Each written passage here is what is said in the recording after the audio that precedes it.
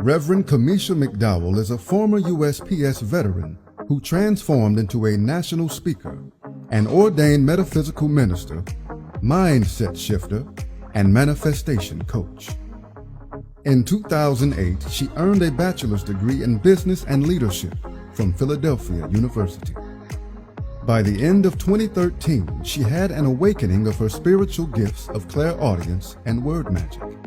As she shared herself with the world, she gathered a profound interest in metaphysics and began to travel and teach across the country.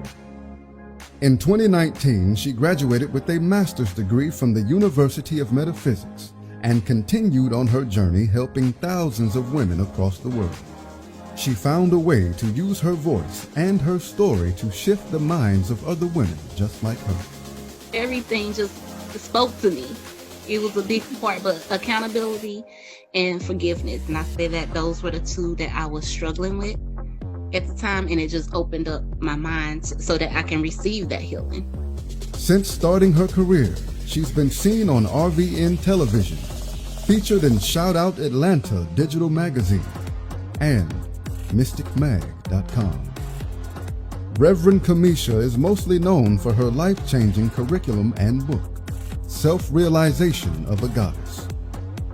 Her course awakens the authoritative and creative voice that every woman has buried within them, so that they can have the desired life of freedom they dream. It was very powerful, and I'm grateful that I have these tools, these applications, these memories to take on with me as I continue to create my life and continue to grow and blossom. So I'm so grateful. Introducing Reverend Kimesha McDowell.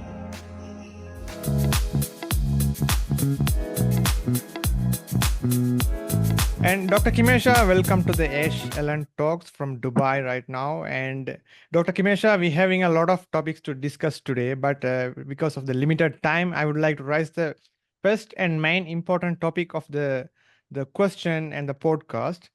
That is self-manifesting, and how a person can be a self-fulfillment person and how he can be achieve himself all the resources.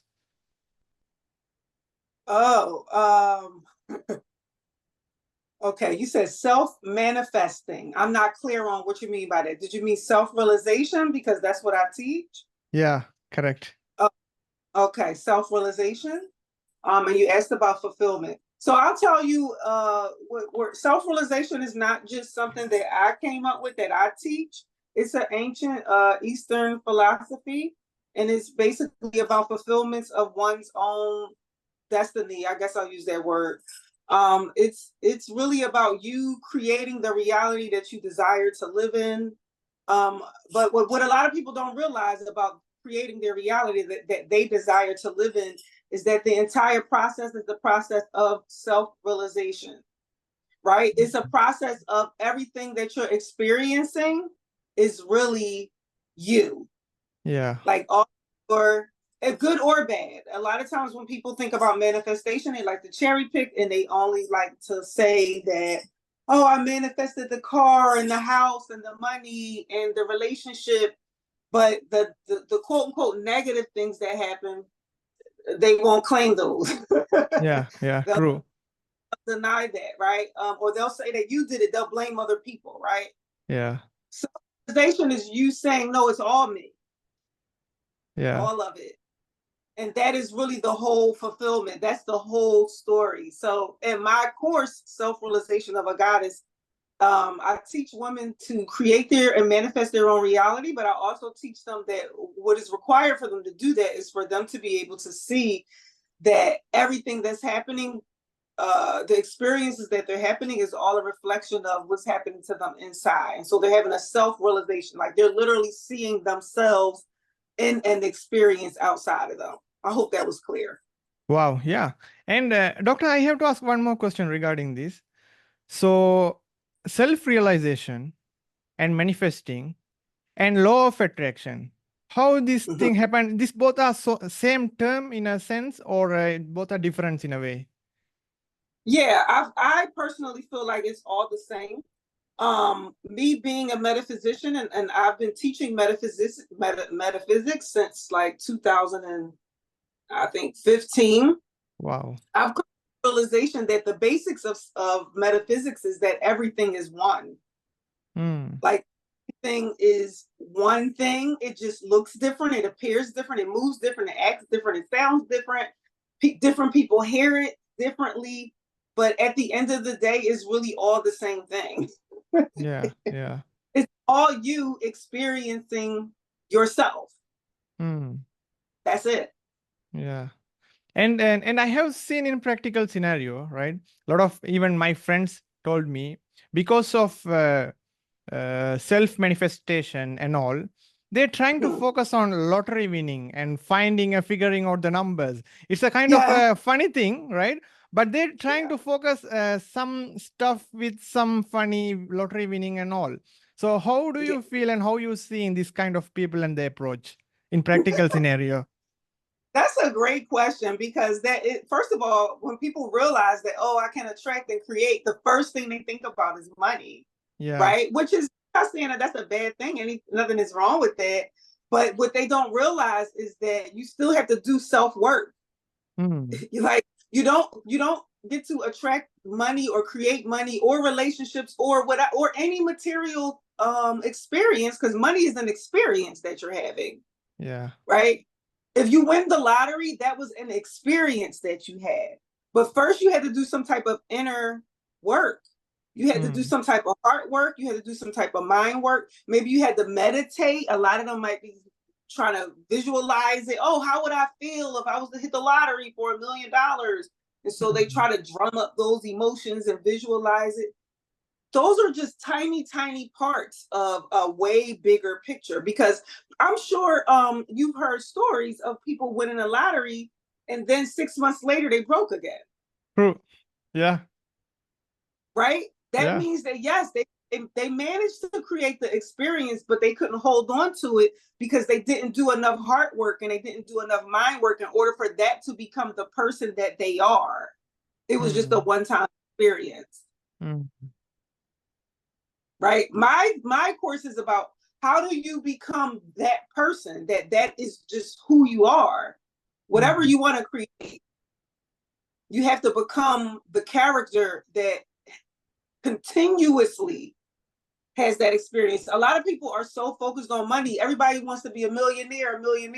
You have to change your mind. You have to change your friends. You have to change where you go. You have to change how you think. You have to forgive. You have to let go. You can't have a bunch of blockage. Like, I feel like it's so many. I'm not saying this goes to every single millionaire, okay? I'm just saying that there's a lot of like mental work and heart work that goes into it. You have to become a different person. Wow. And one more question. Do you believe in luck? That's funny. I read something. I'm reading a book, and just yesterday, I think the page was asking about luck. I don't know. No, because I don't believe in coincidences, and luck is like similar to like something just coincidentally happening. I believe that again, we can manifest opportunities because of our own inner work and our own self-talk, our own self-value. We can create opportunities, and it turns into luck if you are in the right place at the right time and you are ready. Sometimes we can create and manifest opportunities, but we're not ready. And so then now it's not luck, because you could have met somebody, you might not even know it. It could be happening so unconsciously that you could have met somebody that could have helped you become the millionaire, but because your mental state wasn't even in the right place to even ask them the right questions that need to be asked to take them to take you to the next level, you never even asked the question. So that opportunity just passed you by without you even knowing it. That's what I think. But if you would have asked the right question, then you would have thought like, oh wow, what luck do I have that I met this person that introduced me to that person that got me on this big podcast, whatever. You know what I mean? And you would have thought that it was luck. But no, it's opportunity and it's you being mentally ready for it. That's what I think. That's what I believe. Wow. And Dr. Kimesha, regarding entrepreneurship, there are some people are there, they're putting so much effort on the business and trying to become a giant and trying to establish their business in each and everywhere. And some more people are there, they're trying to invest the money on some people. But actually, in past records and history, we can see the people who have a lot of motive towards their own business become successful entrepreneurs. But the people who have invested on someone, in some point they have went broke. So how you seeing the differentiate these two type of people? Is it actually a law of attraction, or it's a kind of a manifesting thing, or what drives actually? Well, let me get clear on what you mean when you say invest in someone. Yeah, because some people are with money, but they have no motive to do the business. With the money they have invest on some business or some friends or maybe their relatives, they went on broke with that money actually. But the business owners, they have own motive towards their own business and goals, and they have end up in achieving a lot. So these two type of people, how you seeing the differences and what are the motives actually? Okay, when you say invest with other people, do you mean like they're investing in other people's businesses, or they're just putting their money somewhere and not even paying attention to it? Other businesses. Oh, other businesses. I don't know. I really don't know. I don't know how to answer that, because I think that some people, put it like this. I believe that we do a lot of things unconsciously. Most of the time, we don't even know why we're doing stuff. Yeah. We as humans, we make a lot of decisions and we really don't know why we're doing stuff. That's the point of us having self-realizations, like so that we can see why did we even make that decision.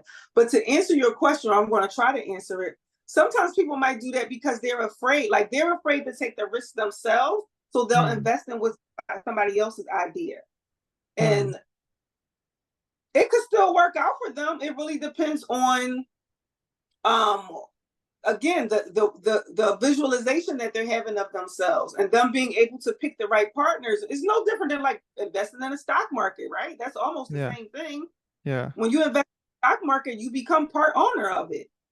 So you would rather invest in something that's already doing well, that's already succeeding, that's already making money. Maybe you might want to do that because you're really afraid to do it on your own. You're afraid to take the risk on your own. So that's not a good or bad thing. It could be smart. I know somebody that's a day trader and he's almost a millionaire. So, wow, it works for. Yeah.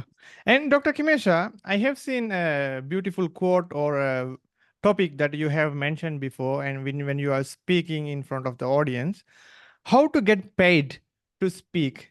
Actually, there are a lot of people, Dr. Kimesha, in even in social medias, they're trying to expose themselves actually to the audience, and they are not into the market of no one is paying them actually. So how to get into this track? This is a very important question I am asking because a lot of my audience are into entrepreneurship and public speaking and all. But most of the people are doing is like their hobbies or a fun or some kind of some other motives, not into the money or not get paid. So how you seeing this point, and what is your advice for the viewers? Yeah, thank you for asking it. That's such a great question, and I'm honored to answer it because me being in the position of getting paid to speak over the past like seven years, it took me a long time to realize that I was already getting paid to speak.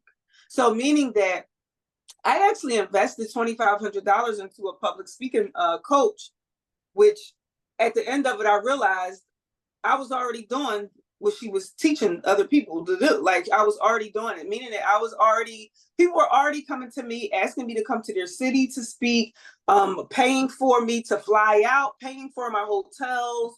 People were already buying tickets to come to my events. I'm going somewhere with this. I'm not saying this stuff to brag. I'm saying it because I didn't even realize that I was already doing it. When I finally realized that, I was like, oh wait, I'm already a paid speaker. The difference is that I wasn't getting paid by corporations. So what I'm saying is that most people, and for your audience that's listening, most people think that, well, in order for me to get paid to speak, I have to pitch myself to all of these different corporations and go to all of these other people that's already having events and pitch myself to them as a speaker. That's not what I did. That's not how it happened for me. So when I say I help other people get paid to speak, I show them how to build their own audience on social media. That's exactly what you asked about. Yeah. Building their audience on social media and having a transformational story is what can get you paid to speak, booked to speak, flew out to speak. Other people sponsoring your events because you have a transformational story and you can help other people. That's what I did with Self-Realization of a Goddess. I traveled the country and taught that class over and over and over again. And then it turned into an online course. And then I added retreats and then I wrote a book. But I did all this without pitching myself to any corporation. I just built up my social media audience. Wow. So, but it's like everybody's trying to get seen. Well, let me not say most of them. A lot of people that want to get seen in social media, if they want to get paid to speak, they are usually going about it by they're not hosting events. Put it like that. Like they're not even hosting virtual events. They are sitting in their car. And I'm not saying that this doesn't work, because listen, the law of attraction and manifestation, it will happen. If that's what you visualize, then it can happen that way. But some of them are just sitting in their car and I'm a motivational speaker. People want to pay for transformation, not motivation.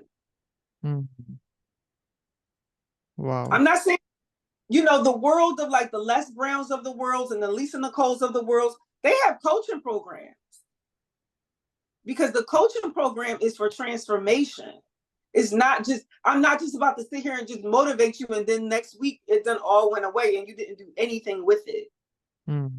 So the point that I want to make sure that I drive home with this for anybody that's watching is the key is to help people transform, not just motivate them. Show them a before and after. It's not just motivation. If you can do that and you build your audience on that, you can get invited to speak. That has been my experience. Wow. And with that note, there is a saying with the power of words, right? So if a baby is crying, we can make that baby smile, and at the same time we can leave it. So it's a power of word. So how this word can impact each and everyone's lives through the speech and the motivational speakers, or as you mentioned, transformative speakers. So how to use these words actually, and which audience, and how to align this one? Words are so powerful. It's part of how we create our reality. And I feel like the world has gotten to a place, a lot of the world, maybe not everybody, but a lot of the world has gotten to a place where they do understand that we create our reality. Even people with our words, even people that are deeply embedded into whatever religion. A lot of people are into the Bible, and the Bible talks about, life and death is in the power of the tongue. There's a lot of scriptures that talk about how we create with words, even the beginning of the Bible, where God says, and I said, let there be light, and there was light, right? That's the law of being able to create with your words. And so where I think people get tripped up at is they think that's the only thing they have to do. Yeah. They think that I just got to keep saying it, even with affirmations, right? They just got to keep, I am rich, I am beautiful, I am kind. No, you have to still be. You have to still walk and be in the words that you're saying. And so, yes, the words are very, very powerful, but that doesn't mean that you don't have to take any type of action. That's why the Bible says, like, I can't remember that scripture exactly, but about the power of the faith of a mustard seed, meaning that if you really believe what you're saying and you just take the tiniest action, it can come into fruition. Let me give you an example. So before I even got invited to start speaking and stuff, what I used to do is in my house, I have a whiteboard, and I used to write on my whiteboard and pretend like I was teaching a class. Wasn't nobody there, it was just me. I would literally talk to the audience and pretend like I was teaching a class. And then eventually people started asking me to come to their city to speak. Now I'm calling that's a manifestation, that's a self-realization, but I was also saying I don't know what I was saying. Like, I am a metaphysician, I am a traveling speaker. That's what I used to say. I used to say, I am a traveling speaker, but I wouldn't just only say that. Like, I would do something so small as to pretend like I was already getting paid to speak. And I would write on the board and pretend like I was doing a class. And then it manifested. I got a lot of examples like that. Wow. And Dr. Kimesha, I have to ask a practical scenario. Like, let's say everyone have facing problems in their life, and how to start this self-realization and manifesting. And for a person who have no idea about self-manifesting and self-realization, from which point they have to start and how they will come to align with this concept. Okay, so in my course, my whole course called Self-Realization of a Goddess, the very first step is being open-minded. Because if you're not open-minded enough to even believe that it's possible that you can expand your imagination to doing something like getting paid to speak, like fully quitting your job and completely making your income off of being, mainly social media. Some people can't even imagine that, right? Or they'll say, oh, one day I want to do that. And then they'll just leave it alone. It's because their mind is not stretched enough. So in order for you to start the process of realization, your first exercise is to be open-minded. Now, what I teach my students on how to be open-minded is I challenge them to be open to when someone is seeming to be an adversary to you.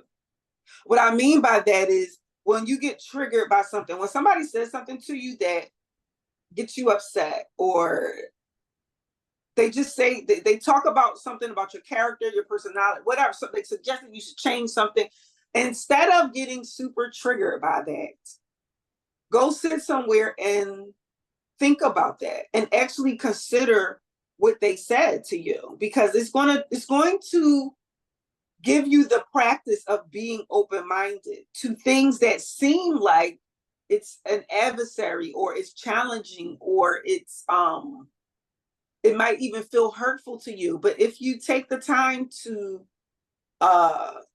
just meditate on it, that is a practice of being open-minded. So the first step is to be open-minded to different ideas and ideologies, even if they don't agree with your current state of mind. Wow, I think we need a lot of practices. Oh, yeah. We do, and the universe sends them to us. See, Yeah. That's what happens, right? When we start saying, I'm rich, I'm a millionaire, I'm this, I'm person. Oh, okay, you are? And then you get a ticket for $100 and something. And now you start complaining. Wait, I thought you was rich. Right? Just yesterday you was, I'm rich, I'm this, I'm that, but now you complaining because you got a ticket for $100 and something. You see what I mean? So the universe is, after you make these statements, the universe is going to start giving you opportunities for you to be in that energy. You to actually live in the statement that you just made. So that's where the practice comes at, and that's where the open-mindedness comes at. That's where the opportunities come for you to say, oh, this is not a bad thing. This is just me being stretched. And Dr. Kimesha, I'm just asking, based on our based on our conversation, let's say if someone did bad to us, so how can we be good to them? I mean, someone is targeting us, and how can I say, okay, thank you very much? It's hard, right, in practical scenario? And this is what I teach in my course, though. Not to exactly be like, okay, yeah, no, it's okay. But I do, part of my course, which is class number 7, is called forgiveness. And what I teach them is that, first of all, you have to understand that we are recycled energy. And so when quote unquote bad things happen, you have to be open-minded enough to wonder, did I create this? Mhm. And I'm pausing on purpose because you really need to stop and ask yourself, did I create this? If so, how did I create this? What was my mental state? What was my energy like? What am I? You got to think about what you have been thinking about and think about how you have been feeling towards different ideologies to even figure out how did you manifest that so-called bad experience, right? So that is how you get to the place where you say, you want to know what? It's okay. I'm going to let it go.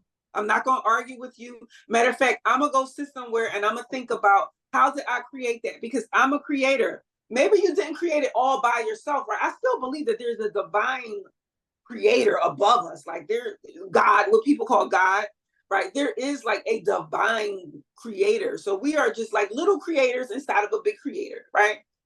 So, but when I say that you are a creator and you have to fully realize that, which is to be self-realized, that is when you take the accountability and say, maybe I played a role in creating that scenario. And I know some people, especially women, I don't want to go too deep down. I'm not going to go too deep down into this, but women, because they go through so many assaulting situations, I'll just say it like that, okay? They struggle with this, right? And they wonder why, like, how could that have happened to them? How do these things happen to them? And I have to explain to them that you have to realize that you are recycled energy and things transform from one life to another. Wow. It's not like it just happened in this life. You don't know what could have happened in the past life. You don't know, things have been passed down in your genetics. It's something that your grandmother could have went through and she didn't resolve that energy. And so it got passed down to your mother, and then she didn't resolve that energy, and then it got passed down to you. And you see what I'm saying? So it's a recycled energy. And people struggle with that. And I understand why, you know. But yeah, I hope I answered the question. Yeah. And Dr. Kimesha, I have to ask regarding, I have received a question right now. How to control the anger? When somebody does something like bad to you, right? Yeah. I think it depends on the scenario. I do also believe that sometimes the anger is warranted, and sometimes the anger is the other person's karmic reward. Right? Sometimes you may be justified in your anger and how you respond because that could have been the reward that they were supposed to get. You just don't know. You just don't know. And so, but to answer your question, it depends on the scenario. It's about controlling your, I don't even want to say controlling. I want to say acknowledging your emotions and really being honest with yourself about where is that emotion coming from. Because a lot of times when we get angry and we get triggered and we get upset, it's usually because of something that happened to us in childhood. It usually goes deep into some type of childhood wound, some type of childhood trauma, some type of abandonment issues. We get afraid that people are going to leave us because our parents left us, or, you know, if we got beat as a child, our automatic response might be to lash out and start hitting somebody else. Like if we had, because I grew up, my parents were addicts. They were drug addicts. Both my mother and father were drug addicts. And they did not get clean until I was like a teenager. And so I myself suffered from a lot of like codependency issues, low self-esteem issues. But this is what I use to teach my class, Self-Realization of a Goddess. And like I said, with the transformation, I teach that you don't have to stay stuck there, right? You don't have to stay stuck in the codependency and the low self-esteem and the low self-worth and dealing with the immature men that's like being abusive to you. And no, you can transform into a goddess or a creator. But that takes you having the emotional control that takes you sitting in your emotions and really going deep inside of yourself to be able to realize I'm not really angry at the situation that's happening right now. I'm angry because of this wound that I have in me that's been there since I was 7 years old and my mom left me. You got to be able to, that is where it's really coming from in order for you to subdue the anger. Wow. And and I'm very sorry about your parents and all. Yeah. Yeah. It's And okay. I'm clean now. They're both clean. And I've forgiven them. I wrote all about it in my book. My dad is actually a minister, and he helps other people that's on drugs get them off of drugs. So it turned into something positive for him. and I love that. Dr. Kimesha, we will give a shout out to your book also here. Yeah, Self-Realization of a Goddess. It's not on Amazon, unfortunately, because when I created the book, I made it too small and it doesn't fit on Amazon. But if they go on my website, one of my other websites, blackfirenation.com, they can find it there. BLAQfirenation.com. That's where the book is at on sale. Or they can just find me on media. Yeah, and I will leave in the description and the link for the book and link for Dr. Kimesha where you all can find. And we have a very little bit of time and we are very near to exit. And I'm ramping up the questions.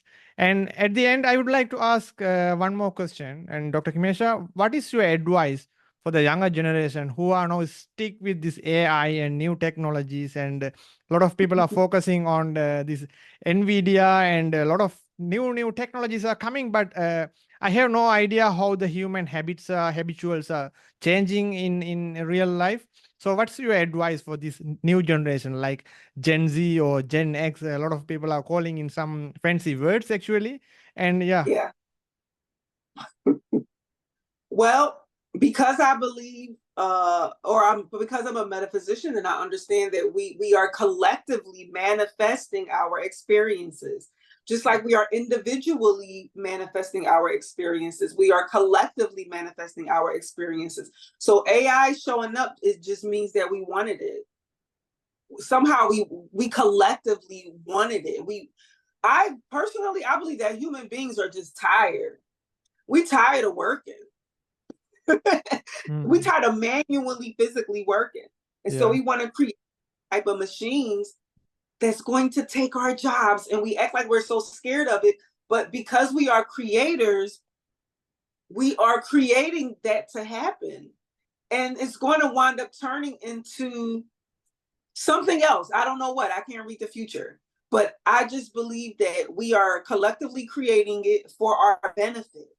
Do you remember the cartoon, The Jetsons? It's a really old cartoon. Yeah. Well, they showed us all of this stuff in the cartoon so long ago. They showed us that we was going to have a maid that was like a robot, right? Yeah. It's happening. Yeah. I can remember some of my childhood memories right now. Say that again? I can remember some of my childhood memories and all, right? It's guys roaming around my head right now. Yeah. We've been asked for that. When the movie The Jetsons came, when we see movies and we see all this high-tech technology in it in the future, some people say, oh, it's the government, they already created it and blah, blah, blah. That may actually be true. However, if it's coming, then if it's going to affect the entire world, then that means that we have collectively created it. And it's probably for our benefit. But it could also go against us. I mean, water is good for you, but you could drown in it too. Yeah. You know, so that's what I think about the AI. Everybody should just relax. Just relax. It's okay. Wow. And thank you very much, Dr. Kimesha, joining with me here in Ash Allen Talks. And we have discussed a lot about the process of self-realization and manifesting and the word of magic and the power of words and how to use self-realization in entrepreneurship and how to get paid to speak actually. And a lot of things we have discussed, and even AI and the new generations and how they have aligned and how to control your anger And yeah, a lot of insights and fruitful session it was. And thank you very much again. And we need to have another session. I'm down. Thank you so much for having me. I appreciate you for inviting me.